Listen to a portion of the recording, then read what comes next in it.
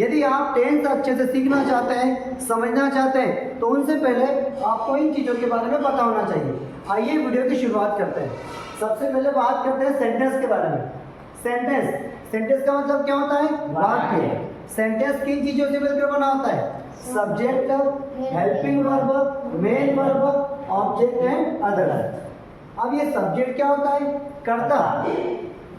कर्ता क्या होता है? किसी काम को करने वाला या जिसके बारे में बात की जाए, वो क्या होता है? हमारा सब्जेक्ट। जैसे मैं पढ़ा रहा हूँ, मैं क्या हूँ? सब्जेक्ट। वह टीवी देख रहा है, तो वह कौन सा काम करे? टीवी देखने का, तो वह क्या है? सब्जेक्ट। वह आ रहा है, वह आने का काम कर रहा है, वह क्या है? सब्जेक्ट। तुम पढ़ाई कर रहे हो, तो तुम क्या हो? सब्जेक्ट। हम लिख रहे हैं, हम क्या है? सब्जेक्ट। वह आ रहा है, वह क्या है? सब्जेक्ट। हेल्पिंग वर्ब, पता ना? Helping verb is, am, are, was, were, do, does, did, ये सारी क्या है? Helping verb. अब ये हेल्पिंग वर्ब क्या हेल्प करती है? ये हेल्पिंग वर्ब बताती है सब्जेक्ट के बारे में। सब्जेक्ट के बारे में जानकारी देती है कि सब्जेक्ट ने काम किया, प्रेजेंट में काम किया, पास्ट में या फिर फ्यूचर में, वो होता है हेल्पिंग वर्ब।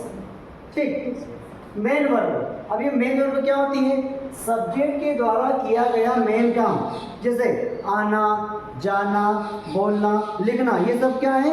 मेन वर्ब्स है। इंग्लिश में कम, गो, रन, जंप, ड्रिंक, ये सब क्या है? मेन वर्ब्स है। ठीक। अब ऑब्जेक्ट क्या होता है? सेंटेंस के माध्यम से देखेंगे इसको। इन बात करते हैं अदर्स की। देखिए, subject, helping verb, main verb, object, इन चारों को छोड़ करके जो बचा है ना, वो होता है अदर्स। कोई अलग चीज नहीं होती अदर्स। इन चारों को छोड़ने के बाद जो बचा है वो अदर्स, अन्य। ठीक।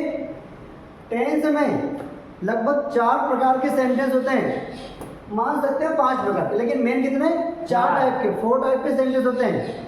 सबसे पहला होता है अफर्मेटिव, दूसरा होता है नेगेटिव, तीसरा होता है इंट्रोगेटिव, और फोर्थ वाला होता है इंट्रोगेटिव, और लास्ट वाला डबल इंट्रोगेटिव।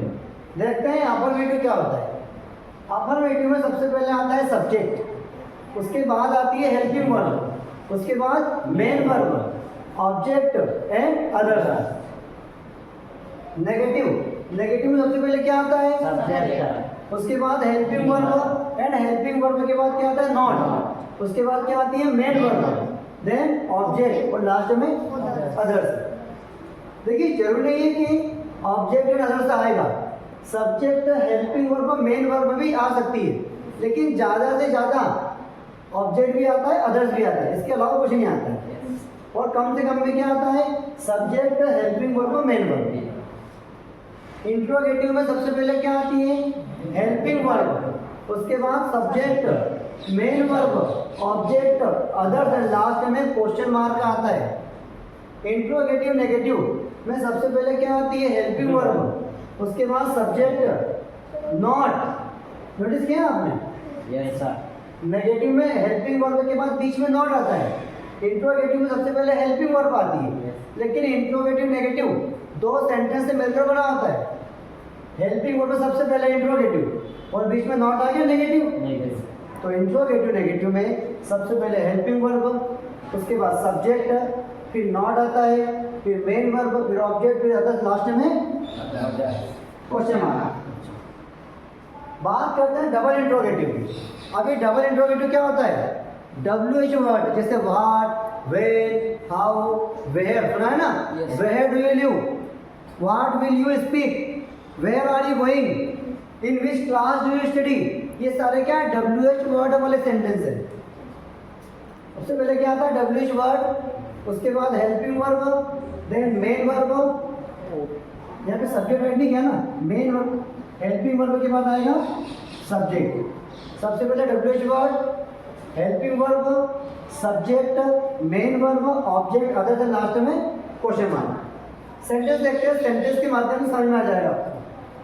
देखिए, अफर्मेटिव सबसे पहले क्या लिखा हमने? ही क्या है? हमारा सब्जेक्ट है। हेल्पिंग वर्ब, ये प्रेजेंट सिंपल का अफर्मेटिव है। थोड़ा सा टेंस पढ़ेंगे समझ में आएगा आपको। प्रेजेंट सिंपल के अफर्मेटिव में हेल्पिंग वर्ब का यूज नहीं किया जाता। उसके बाद क्या आती है? मेन वर्ब, तो स्पीक क्या है? हमारी मेन वर्ब है। उसके बाद क्या? इंग्लिश ऑब्जेक्ट है, और अदर्स है नहीं। नेगेटिव, नेगेटिव में सबसे पहले क्या आता है? सब्जेक्ट। ही क्या है हमारा? सब्जेक्ट। हेल्पिंग वर्ब क्या है? डज। Does। थर्ड नंबर पे क्या लिखा है? नॉट। मेन वर्ब पे क्या है? स्पीक। Speak। उसके बाद क्या है? अदर्स। ऑब्जेक्ट क्या है? Object। इंग्लिश। इंट्रोगेटिव में सबसे पहले क्या आती है? Helping verb. तो डज हमारी क्या है? Helping verb. ही क्या है? सब्जेक्ट। स्पीक क्या है? Main verb. और इंग्लिश क्या है? ऑब्जेक्ट। Object। और क्वेश्चन मार्क लगा दिया। इंट्रोगेटिव नेगेटिव में सबसे पहले क्या आती है? Helping verb. तो हेल्पिंग वर्ब क्या है? Does। उसके बाद क्या आता है? सब्जेक्ट। Subject। उसके बाद नॉट। फिर क्या आती है? Main verb. उसके बाद ऑब्जेक्ट। उसके बाद क्वेश्चन है ना? अब लास्ट वाला डबल इंट्रोगेटिव। लास्ट वाला क्या है? Double intro. सबसे पहले क्या था? WH word. दिख रहा है आपको? WH word where. Yes sir. उसके बाद क्या आती है? हेल्पिंग वर्ब लिखी डज। Does। उसके बाद सब्जेक्ट लिखा है हमने ही। उसके बाद मेन वर्ब है speak and then object English और लास्ट में क्वेश्चन मार्क। अगर ये चीजें आपको अच्छे से आ गई समझ में तो आपको टेंस अच्छे से समझ में आ जाएंगे। नहीं तो आपको टेंस कितना भी पढ़ते रहो, कितना भी रट्टा मान लीजिए, आपको ये चीजें नहीं आती तो टेंस कभी लाइफ में समझ में नहीं आएंगे। ठीक है?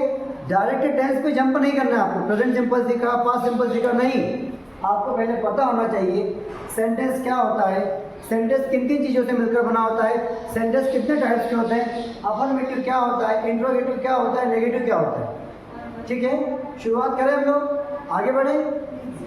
ठीक, राइट कर लीजिए इनको, समझ लीजिए पहले।